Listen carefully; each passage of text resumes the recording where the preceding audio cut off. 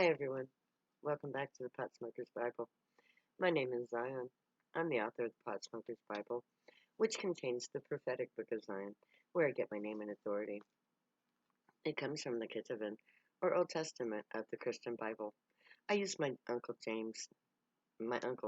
James, King James version of the Christian Bible to put together the prophecy line by line and precept by precept, as I was directed to by Isaiah when I volunteered to put this in order for him. It became the Book of Zion, a self fulfilling prophecy. And the final item on my to do list to completely fulfill my portion of the prophecy is to publish the Book of Zion. In order to publish the Book of Zion and thus fulfill the prophecy, I had to write the Pot Smoker's Bible. It is the commentary to the Book of Zion, and it allows me to publish the Book of Zion because it is written in my own words. The Book of Zion, however, is written entirely in the words of the prophets. And today I'm reading to you from the 16th chapter of the Pot Smoker's Bible, which contains the 13th chapter of the Book of Zion, and it is called Woe Unto Them. I'm beginning today's reading with Isaiah 57, 1 and 2, which is Zion 13, 25 and 26. The righteous perisheth, and no man layeth it to heart, and the merciful man is taken away, none considering that the righteous are taken away from the evil to come. He shall enter into peace. They shall rest in their beds, everyone walking in his uprightness. That reminds me of prison. Isaiah 57, 1 to 2 continues the thought. The righteous perish. Through money, they suffer. For drugs, they suffer. This society has created nothing but suffering. The poor suffer. Those who lack enough money to buy food and shelter die. And no one does anything about it. My people go to prison. Why? Because we are poor, defenseless, easy prey. The government thought up this unjust oppression, and now it has made them pure evil. There is no mercy in this society. Those who go to prison are easy prey. But we have some things that the cops can't take away from us. Our integrity. The weak may fall prey to the trap of the narc, but my people are at peace. You can imprison us, but you can't change who we are. We have a sense of self that others lack. We don't sin. We create joy and peace. The war on drugs can't change who or what we are. It's because of the war on drugs that we are who we are. Psalms 72, 12 to 14 becomes Zion 13, 27 to 29. For he shall deliver the needy when he crieth, the poor also and him that hath no helper. He shall spare the poor, and save the soul of the needy. He shall redeem their soul from deceit and violence, and precious shall be their blood in his sight.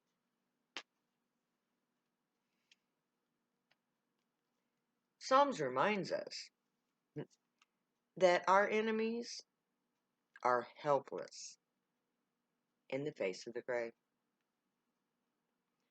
When we call on them at the tents, they will come. They will deliver those in need. They offer relief for the poor, help to the oppressed, an end to violence and deceit. The gray hate the conditions here on earth. We have all the resources we could ever need. No one needs to suffer. Mankind has created a world of suffering. But the gray have the means to end our problems. When we invite them to come to earth, they will come and help us help ourselves. Zephaniah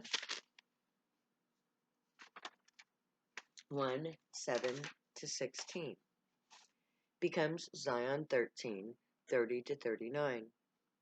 Hold thy peace at the presence of the Lord God, for the day of the Lord is at hand. For the Lord hath prepared a sacrifice, he hath bid his guests. And it shall come to pass in the day of the Lord's sacrifice, that I will punish the princes and the king's children, and such as are clothed in strange apparel.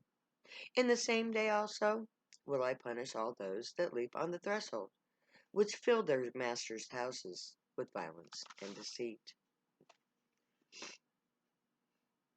Zephaniah 7 to 9, 7 to 16 tells us, or 7 to 9 tells us that the gray have prepared for everything and anything that the governments can throw at them. Humanity will no doubt try to prevent the gray from coming, as they have done since 1939. But the gray are ready. Humanity doesn't have the capability to truly overcome the gray. The people who enjoy luxury now will be sacrificed later to the climate change they themselves have caused. The rich and the powerful now will be the destitute and the helpless when global warming gets going. The gray are unwilling to help those who have proven to be unwilling to help others now. The gray have a particular desire to punish the police. The pigs are the second worst people on this planet.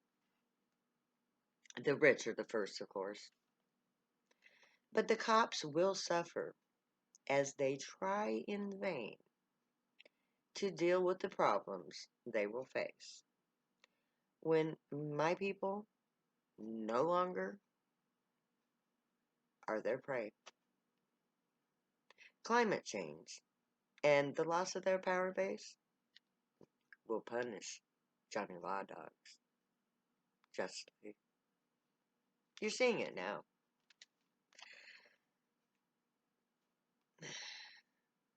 This society is just as the prophets foresaw it. Violence and deceit are glorified on TV and on the streets. At the time when this was written, George Floyd had not yet died. Trump had not yet committed Lafayette Park.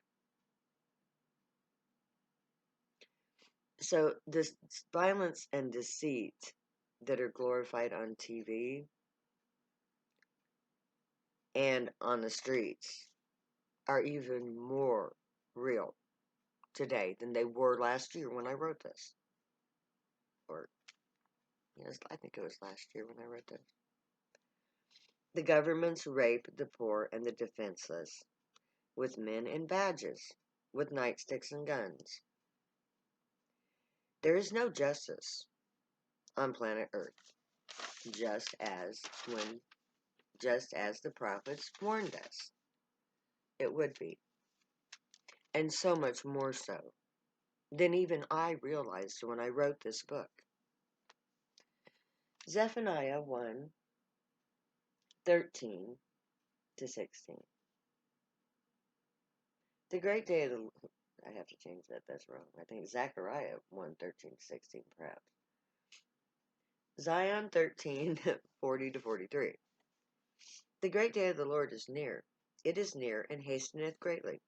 Even the voice of the day of the Lord. The mighty man will cry bitterly. That day is a day of wrath, a day of trouble and distress, a day of wasteness and desolation, a day of darkness and gloominess, a day of clouds and of thick darkness, a day of the trumpet and alarm against the fenced cities and against the high towers.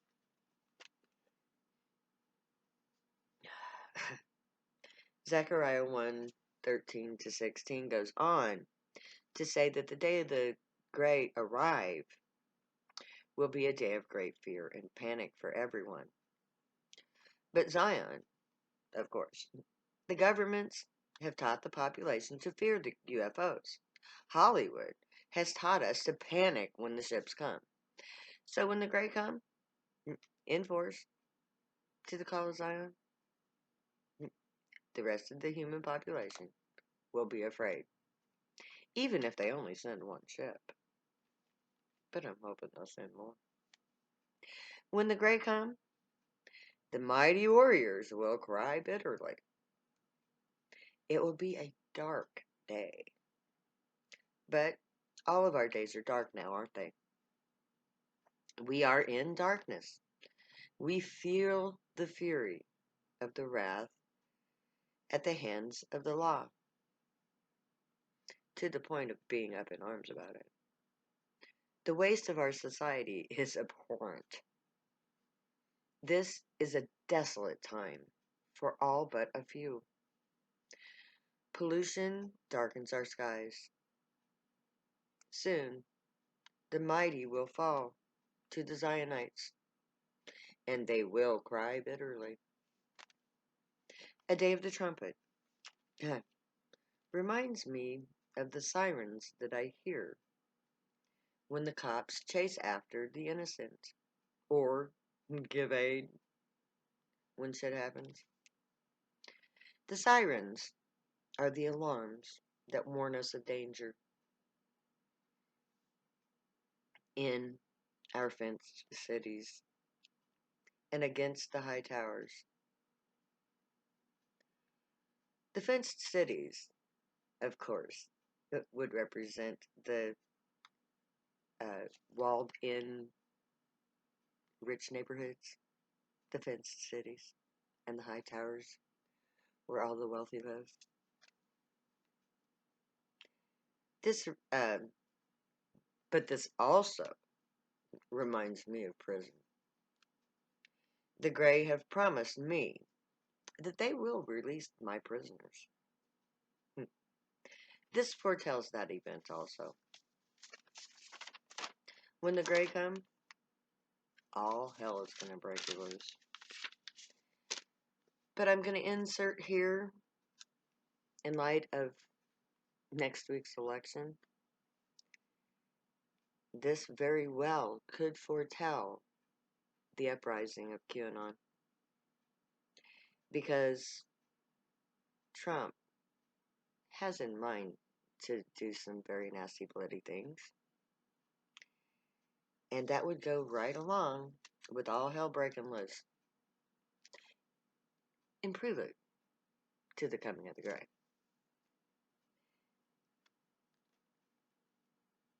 Now, the reason why I say this, I will take up next time, because I just don't have time to go into it. But I do believe that this passage is talking about our current situation with President Trump, COVID-19, and Black Lives Matter. The police have obviously been put into this. We'll see where it leads in our dark days. May the Grey watch over us, guide us, protect us, and keep us all from harm this terrible winter. May they teach us right from wrong in our hearts and our minds. May our thoughts, words, and deeds reflect truth, good, and light the unicorn way. Find your joy and pursue it. Make it your life's work. Stay happy and high. Know I love you all. Later. I'll never say goodbye.